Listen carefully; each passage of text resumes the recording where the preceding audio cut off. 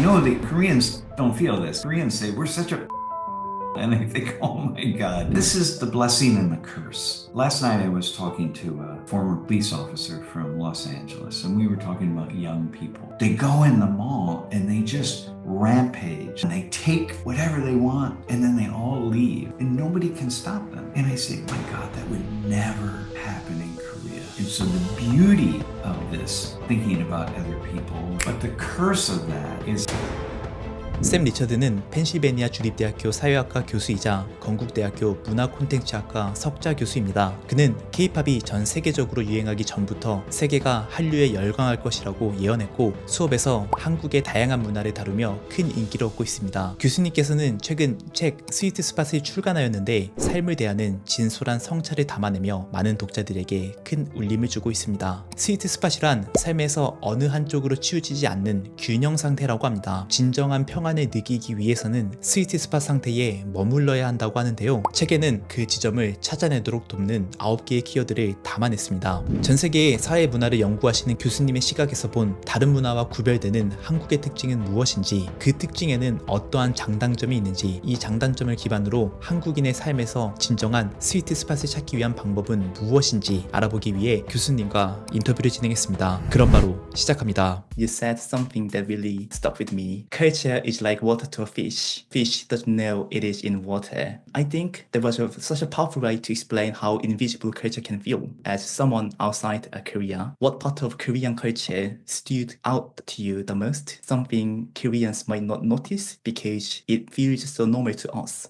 there's a personal respect and a social respect. And the two of them merge together so that you feel among people that there's just a sense of dignity, an equal respect for other people. And so the culture is quiet, it's calm. And I know that Koreans don't feel this. Koreans say, we're such a passionate people. And I think, oh my God, you have to come with me to Colombia, many other countries. I'll show you what passion is. But there is a passion, but there's such a respect for other people. This is the blessing and the curse. Last night I was talking to a former police officer from Los Angeles, and we were talking about young people in the United States. And they go in the mall and they just rampage and they take whatever they want and then they all leave and nobody can stop them. And I say, my God, that would never happen in Korea. And so the beauty of this, thinking about other people, God, I want to live in a society like that where there's so much respect. But the curse of that is that you're always having to respect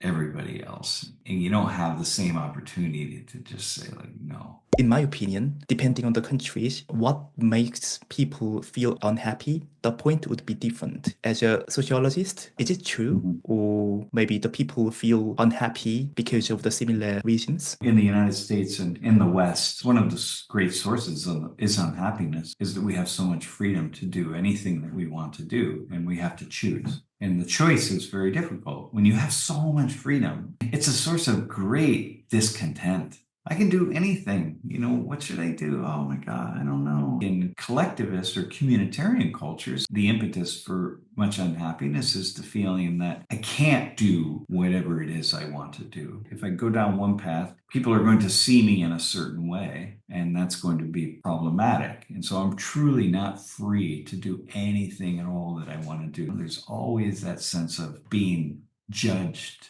by others. That can get very oppressive or very draining because you don't have as much space to say, wait, let me stop thinking about other people and let me just think about me. You know, what do I want? What's really going to make me happy? For me, I don't first think about everybody else in my world. I just think about me because I'm an American and this is what we do. But if I'm in Korea, you might say like, wow, I'm thinking about changing my job. I don't know if I'm so happy. Your first thought is going to go to all these people around you. How are people going to see me? What are they going to think about me? My first thought is, well, I'm thinking about changing my job. So what do I really, really want to do? I'm not thinking about anybody else.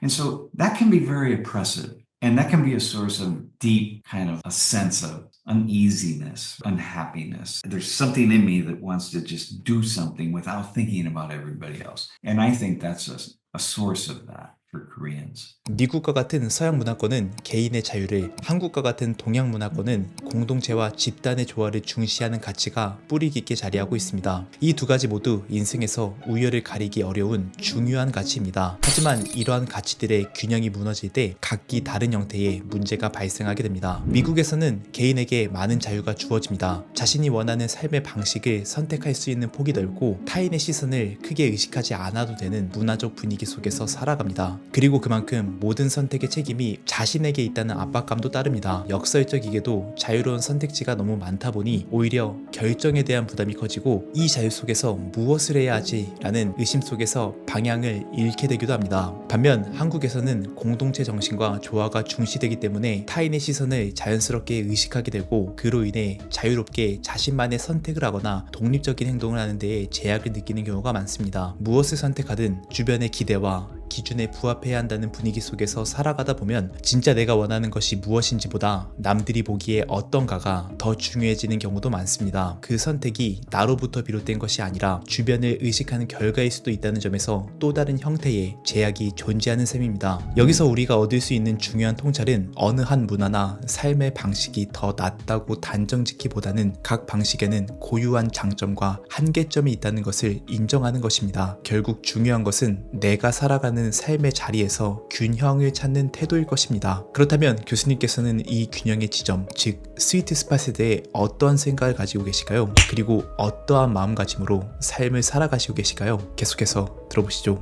Life is about living inside of the eye of a hurricane or a big storm, and then inside the middle of it, it's very calm. And that's where we're all trying to get to. We want to be calm. There's something that keeps us from being just very calm. So we have to constantly recenter ourselves, reorient ourselves, or bring ourselves back to a place of. And I realized this is why people meditate. This is why people pray. And the sweet spot is that place of life where we're at, where we're returning to the calm constantly, and we don't even know it. We don't even recognize it. We're living a life in which we return to that sense of balance, acceptance, calmness, and we don't even recognize that that's what we're doing, but it's happening every single moment. And we know when we don't even struggle with that, that's when we're really living in the sweet spot. You place a strong focus on the importance of asking questions. I found that especially interesting because most self-help books tend to give readers clear answers, how to be successful, how to get rich, how to live better. So they often provide fixed strategies or step-by-step solutions. But your book feels different. Instead of giving answers, it encourages readers to think more deeply by asking the right questions. My question is, why did you decide to take this kind of approach? When I was a young man, the way the sweet spot was operating with me was just very different. It had to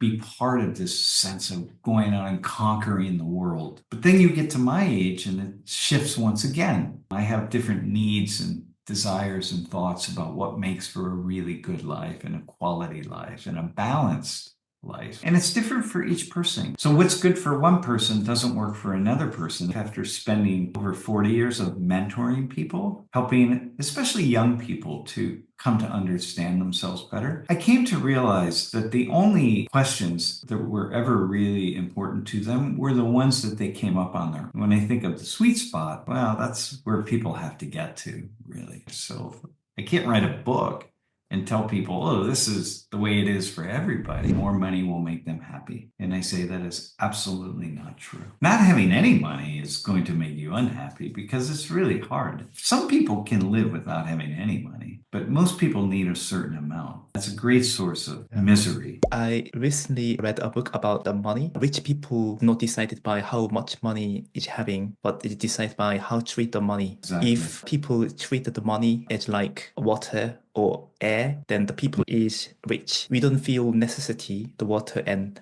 air, because it's too common. And in order to be there, we don't need to have big amount of money. And he's a famous investor. One of his friends said, billionaire, invested big amount into a US bond. And he's so stressed out because of that. Even though having too much money. In the context of that, his friend is not rich. Exactly. I know people with millions of dollars.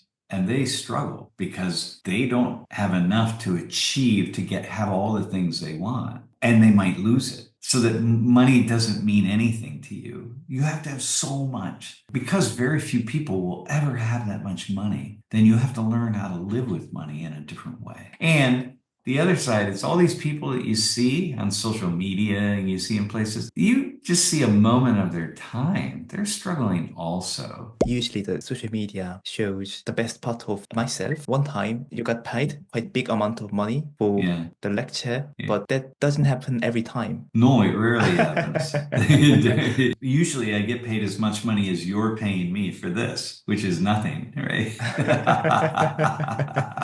But you know, all I do is if I put that up once, then everyone remembers, whoa, Sam Richards, he gets paid a lot of money when he gives a talk. If I'm living in my ego, I want you to think, oh, I'm a really important person. So that's the thing. But I don't want people to see me that way. And I don't want to pretend. I don't need other people to see me in a certain way in order for me to feel good about myself. So why would I say something that's not true? Or why would I try to show people something about me that's not true? The only reason would be because I wrongly feel that somehow it's going to make me feel good about myself, but it won't make me feel good about myself. That's a good example in the book, right? One time I got paid. I was like, oh my God. Do you have any messages that you want to leave for the readers of your book and the viewers of this video?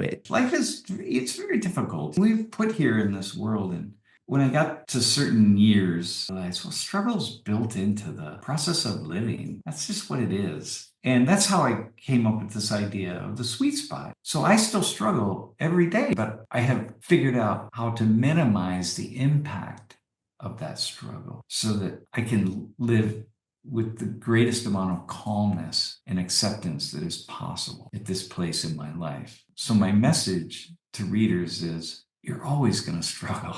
It's part of being human. Just learn to embrace that. 네, 이렇게 샘 리처드 교수님과의 인터뷰를 마쳤습니다. 끊임없이 고군분투하게 될 거라는 말이 위로는 아닌 것 같은데 왠지 모르게 마음을 다독여주는 듯한 역설적인 힘이 있었습니다. 돈에 대한 태도, 우리가 잘 인지하지 못하는 한국인의 특성 등 인상 깊은 내용이 많았지만 특히 인생에서 진정한 중요한 질문은 타인이 아니라 자신이 찾아낸 질문이라는 점이 특히 인상 깊게 남았습니다. 인터뷰를 진행하며 교수님은 참 따뜻하고 솔직하신 분이라는 생각이 들었습니다. 저 또한 삶을 진솔하게 살아가야겠다는 마음가짐도 하게 된 뜻깊은 시간이었습니다. 끝으로 책에서 인상 깊게 본 구절을 소개해드리며 마무리하겠습니다. 끝까지 시청해주셔서 감사드립니다.